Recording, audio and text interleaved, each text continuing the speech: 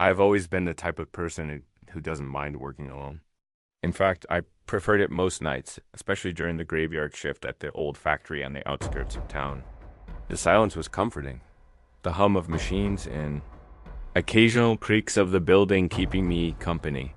It was a simple job, monitoring the machinery, making sure nothing broke down, and logging any maintenance issues. I never expected that one night would change my perception of working alone forever. The factory had been around for decades. Its brick walls were cracked and worn, and the metal gates creaked ominously whenever the wind blew. The parking lot was cracked and overgrown in spots, with faded yellow lines barely visible. I'd worked there for almost a year, usually alone from midnight to 6 a.m. The occasional security guard would make rounds, but most nights I was the only person inside. On this particular night, the sky was overcast, thick clouds blocking the moon and stars. The streetlights flickered as I pulled into the lot. The air was heavy, smelling faintly of rain that never came. I unlocked the main gate and pushed my way inside.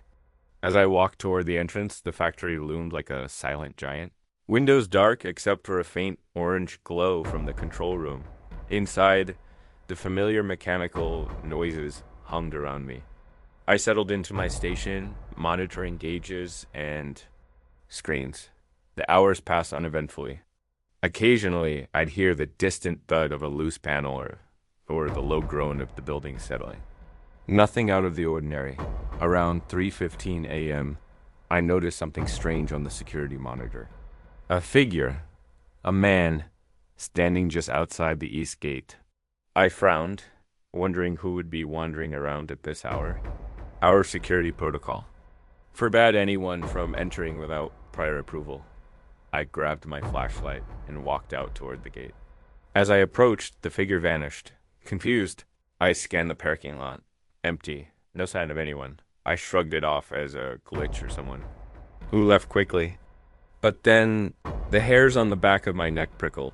I returned inside but couldn't shake the feeling that I was being watched about an hour later. The factory's old PA system crackled to life. Barely audible static and then a faint whisper. That sounded like my name. I froze, looking around the empty room. Hello? I called out, my voice echoing. No response. I tried to dismiss it as interference or a prank, but my hands trembled slightly. I double-checked the security cameras. No new visitors, no movement anywhere.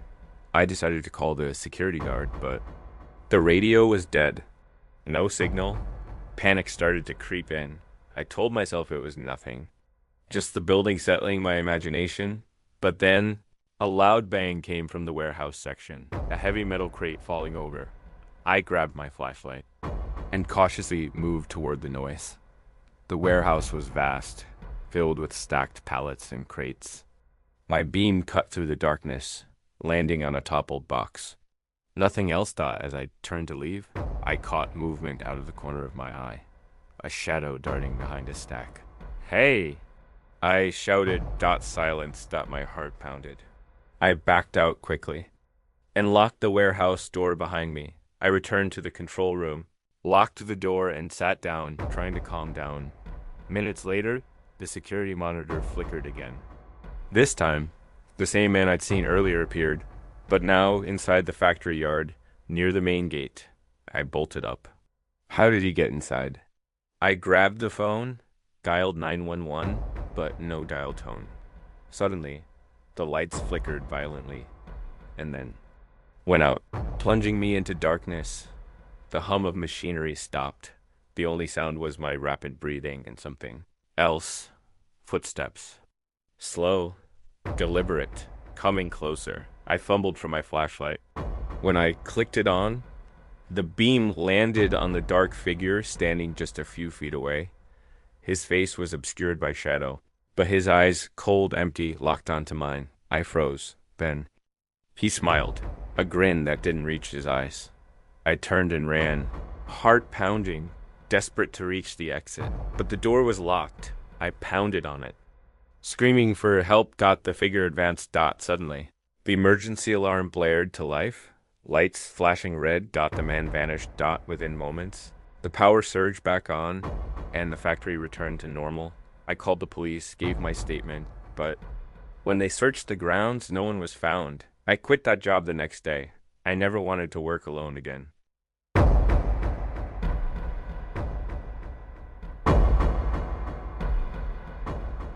I landed the night shift job at a downtown office building, mostly because it was quiet and paid well. The company was small but important, dealing with financial data, and the staff worked regular hours, leaving me alone for hours after everyone else went home. The building was tall, with glass walls that reflected the empty streets and the dull glow of street lamps. Every evening, as the last workers left, I'd be locked in until morning. Security made sure no one else came or went during my shift at first. The work was uneventful checking systems, running reports, making sure the backup servers were functioning. But after a few weeks, I started hearing things that no one else acknowledged. The first time, it was a faint tapping noise coming from the hallway outside the server room. It was late, well past midnight, and the building was supposed to be empty, except for me. I stood up, peering down the long corridor lined with closed doors and flickering fluorescent lights. Nothing. I told myself it was just pipes settling, or the building's old wiring acting up. But the tapping continued intermittently over the next few nights. Sometimes it sounded like footsteps pacing slowly, sometimes like fingers drumming on glass. One night, I heard voices quiet, almost whispers, coming from the conference room at the end of the hall. I walked over, but the room was empty. I checked the cameras, but there was no movement. No sign of anyone in the building. One evening, around 2 a.m., the power flickered, and suddenly all the office computers turned on simultaneously, screens lit, showing login prompts and blank documents. I was alone. I turned them off one by one. But the feeling of being watched was overwhelming. Then the phone started ringing, multiple lines, all ringing in unison. I picked up one line. It was dead silence. I hung up, heart racing, trying to stay calm. I checked the building's security system. One camera, pointed at the main lobby, showed a shadowy figure standing just outside the glass doors. I ran to the lobby, but the doors were locked tight. The shadow vanished as I approached. After that night, strange things escalated. The elevator would open on floors I hadn't pressed, revealing empty corridors. I'd hear breathing behind me when no one was there. One morning, I found a message scrawled on a whiteboard in the empty break room. You're not alone. I never touched that whiteboard.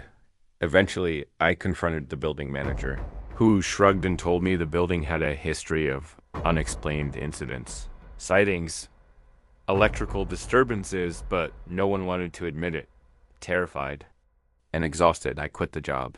But to this day, sometimes when I pass that building, I swear I hear faint whispers echoing in the empty halls.